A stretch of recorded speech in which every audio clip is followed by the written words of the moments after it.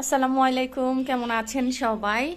আমার হাজবেন্ড হচ্ছে এই যে ওয়েট মেশিন আমার জন্য গিফট নিয়ে আসছে।